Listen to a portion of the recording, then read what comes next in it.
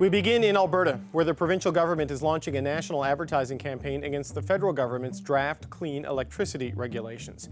Alberta is calling for Canadians across the country to oppose the regulations with billboards and messaging focusing on affordability and reliability. The federal government released the draft regulations last month, and the final version is intended to pave the way to a net zero power grid in Canada by 2035. The Premier of Alberta, Danielle Smith, joins me now. Premier Smith, welcome back to the show. Thanks, David. Why do you think it's a good use of Alberta resources to launch this campaign the way you have? Well, I can tell you that if we end up going along the path that the federal government is proposing for clean electricity regs that will require a net zero power grid by 2035, every single province is going to be impacted by that, because every single province is facing an increase in population, an increase in energy demand, and have to grow their current grid. Alberta's just at the leading edge of this because we have such a large reliance on hydrocarbon fuels with our natural gas, but Saskatchewan's in a tough place, so is Nova Scotia and New Brunswick.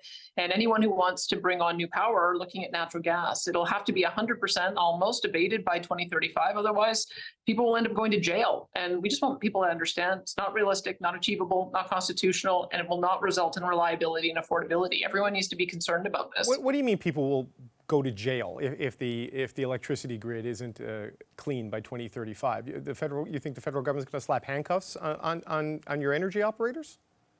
Yeah, that's what they've said. They've said that it's a criminal code violation in 2035 if you have unabated natural gas and you haven't been able to abate 95% of your emissions. The problem is the technology isn't available to be able to have that level of sequestration yet. And so company CEOs are now making the decision, do we invest today knowing that in January of 2035, our CEO is going to be imprisoned? For 3 years is the actual terms, because they're using their criminal law power to try to invade our provincial jurisdiction and our right to be able to create our own electricity grid. It's serious. And that's why we have seen that there is a lot of hesitation to invest in baseload power. And we need to make sure people understand the consequences of that. Okay, I appreciate the challenge, and we'll reach out to the federal government to ask them about your concerns about incarceration over emissions. But I appreciate the challenge to green the grid by 2035. But you were knocking down the value in your press conference earlier today of solar and wind as unreliable. But your own energy systems operator has consistently forecasted the pace and scale and growth of solar power in the Alberta energy mix. Are you perhaps being too pessimistic that you can't get this done by 2035? Well, when the wind doesn't blow, you get zero power. When the sun doesn't shine, you get zero power. And there are multiple times throughout the year where that occurs, especially when we have -30 weather and +30 weather. When you have zero production, it doesn't matter how much wind and solar you bring on.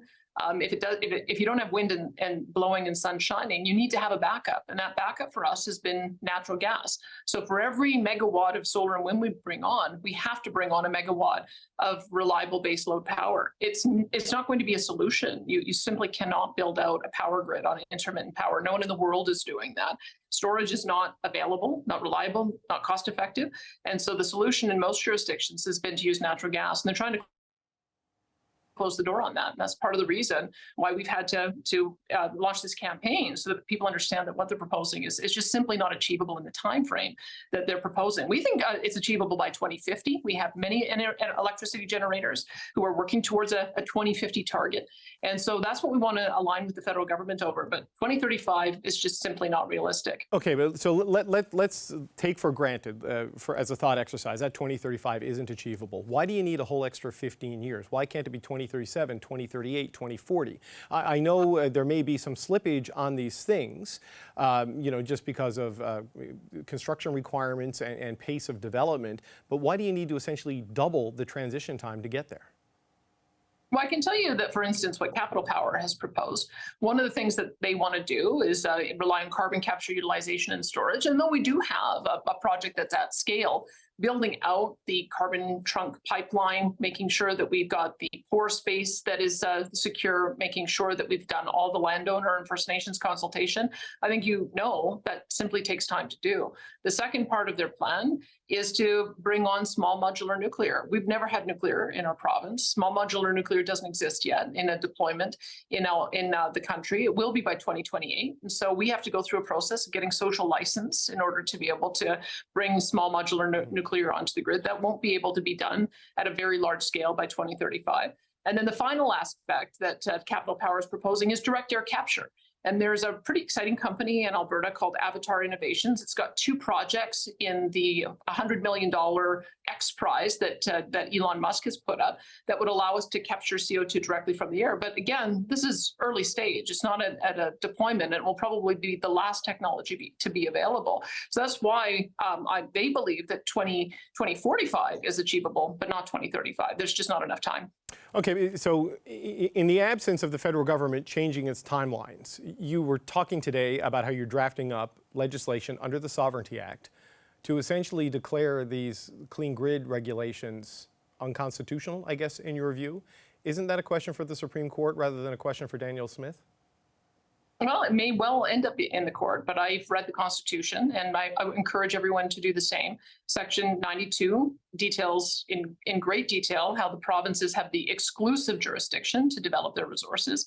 And a subsection there also talks about our exclusive jurisdiction to determine our electricity distribution and our electricity grid. So we're just simply defending our constitutional jurisdiction to make sure that we have reliable and affordable energy and that we're achieving our emissions reduction target on a time frame that actually makes sense. So if it ends up in the courts, I guess it does. But in the meantime, we're going to make sure that we're protecting our consumers in Alberta. We're going to be making sure that we continue to build so that we do not end up with blackouts and brownouts. Right, but I would assume you would have read the Supreme Court decision from March 25th of 2021 on the challenge that Alberta was part of against the carbon tax, and the Supreme Court found that carbon pollution knows no boundaries, whether it comes from industrial emissions through extraction or through energy consumption, and the federal government would argue that gives them the right to go into this area, whether you like it or not. I mean, don't you run the risk of another Supreme Court setback if you go down this road?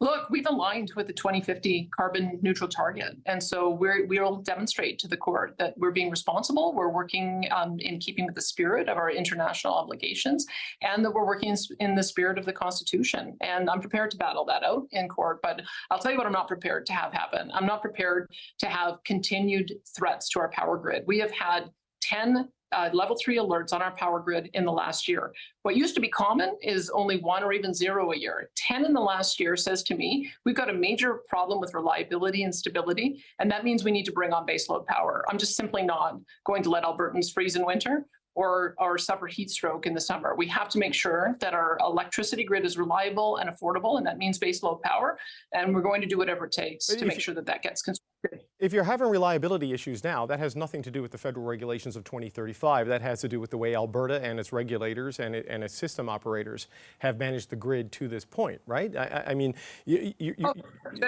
right? I mean, don't you just need to pay for this yourself and build supplementary power and different things to handle these peak issues?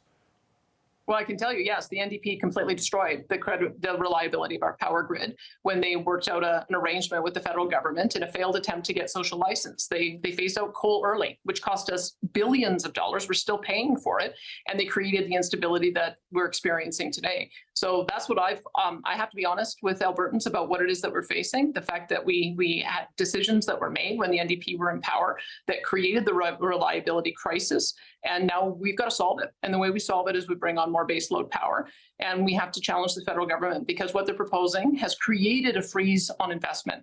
When I talk to different companies and they'd say, there's no way we can build under these circumstances. Nobody is going to risk being put in jail in 2035 if they don't meet these unreasonable targets. That means that we're going to have to de-risk this, and we're going to have to build because it's the only way we can assure reliability and affordability in the long run. But, Premier, when we last saw each other in person in Calgary after you won the election, the province had been on fire throughout the spring and the early part of the summer, and the smoke from those wildfires was thick in the air of Calgary the whole time we were there. And now you kind of lamented the early phase out of coal. You're advocating for a longer use of fossil fuels when emissions emissions from that sector have gone up by 21% since 2005. You know, the International Energy Agency said we don't need any more coal or fossil fuel developments on the planet because demand is going to peak later this year. I mean, aren't you fighting against the reality of science here when you look at what is going on and the need to stop the planet from warming? Well, I'll tell you the reality. The reality is that we have 2.2 billion people on this planet who don't have electricity at all. And they have leaders that aspirationally want them to have the same quality of life and standard of living that we do. And if we don't provide a secure supply of LNG exported, they're going to develop coal. And we will see a global increase in emissions. That's what I'm concerned about. We've got our own problems of affordability close to home, but we've got a much bigger global problem of making sure that we're addressing energy poverty. And we do that by having a realistic approach to reducing emissions here, developing the technology so that we can bring every person on the planet up to our same standard of living and reduce emissions. That's what I'm focused on, is that dual goal. When we last spoke, you had just announced your plan to start the process of investigating an Alberta pension plan and withdrawing what you felt you were entitled to, more than half of the assets in the Canada Pension Plan Investment Fund. Since then, a couple of premiers have expressed some concerns about this. The Premier of Newfoundland and Labrador said it would be incredibly disruptive to people. Premier Eby next door in British Columbia said if this is going to be in any way disadvantageous to people of his province, he'd be at the table to sort of push back against it. And Randy Boissonnault, the federal employment minister, said the federal government would do everything in their power to stop you. Have you talked to any other premiers who support you on this, or on side with this? Are you surprised by this pushback? Look, we are trying to make sure that we do what's best for Albertans. I'm continuing a process that began years ago where Albertans asked us to look at what would happen if we had our own Alberta pension plan, just like Quebec. And we came up with a report. We've released that. And now we're doing a public consultation on it. If Albertans decide that they want to have their pension assets delivered through an Alberta pension plan instead of the Canada pension plan, then we'll have a referendum and we'll leave it to Albertans to decide. The Premier of Ontario, though, Doug Ford, talked about living in a country that everyone shares responsibilities when he was asked about the Canada pension plan. The subtext of all of these comments, premiers, they see what you're doing as disruptive and potentially dangerous to the retirement health of a lot of Canadians.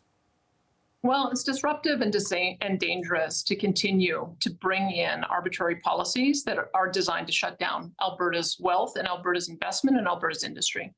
And in point of fact, Alberta is a generous contributor to Confederation. We always have been. We want to continue to be. But if we're going to be in a position where we have to take care of ourselves because the federal government has chosen to alienate our people, has chosen to try to put a target on our oil and gas industry, and is being unreasonable, then we're going to take whatever measures it takes to put Albertans first. We want to be collaborative members of Confederation. We always have been. Part of the reason why we passed an equalization referendum a couple of years ago was to start a conversation about how unfair every single program is to Alberta. Every single program is designed to take more from us to be distributed to the rest of the country. And Albertans have had enough. So I've been elected on a mandate to try to correct some of that imbalance. I want to do it collaboratively. I want to continue to allow our wealth to not only enrich us, but enrich the rest of the country. And I hope everyone approaches Alberta with that spirit, because Albertans are proud Canadians, but we haven't been treated very well by this particular government in the last number of years. Alberta Premier Danielle Smith, thank you yet again for your time. You bet, my pleasure.